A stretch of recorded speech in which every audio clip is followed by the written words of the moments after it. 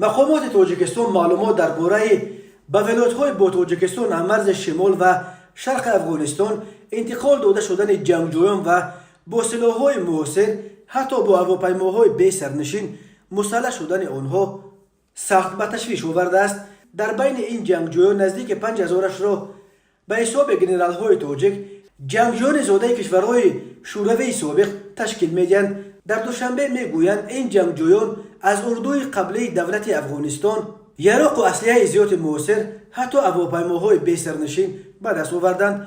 مقامات قدرتی تاجیکستان از کشورهای جهان برای حمایت 1425 کیلومتر مرز این کشور با افغانستان که بر رودخانه‌های 5 عموم می‌گذرد و اکثر مناطقش ریلیف مرکب کوهستان و دشوار حمایت دارد کمک حربی از جمله هواپیماهای بی سرنشین خواستند. این همه بیانیه‌ها روز 19 اکتبر سال 2022 در روز دوم و نهایی انجمن مربوط به مسائل حفظ سرحدات و مبارزه با تروریسم که در دوشنبه می‌گذرد صدا دادند. وزیر کارهای داخلی تاجیکستان رمضان رحیم‌زاده در انجمن دوشنبه گفت بیش از 3000 از تروریستان در این اواخر صاحب شهروندی افغانستان شدند که این به عقیده وزیر تاجیک بار دیگر خطرناک بودن منظور رحیم‌زاده رژیم نو حرکت تندرو طالبان است که جنگجویان آن ماه اوگوست سال 2021 قدرت را در افغانستان بار دوم به دست خود گرفتند.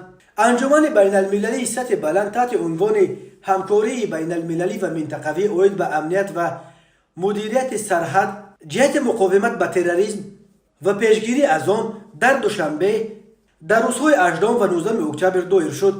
این انجمن را حکومت تاجیکستان همراه با اداره مبارزه با تروریسم سازمان ملل، مرکز منطقوی دیپلماتیای پریونتیوی سازمان ملل، اتحاد اروپا و سازمان امنیت و همکاری در اروپا دایر کرد. در این انجمن وزیران، نمایندگان چندین کشور، ساختارهای سازمان ملل و دیگر سازمانهای بین المللی و منطقوی، نمایندگان جامعه شهروندی و کارشناسان مسائل امنیت مرزها اشتراک کردند.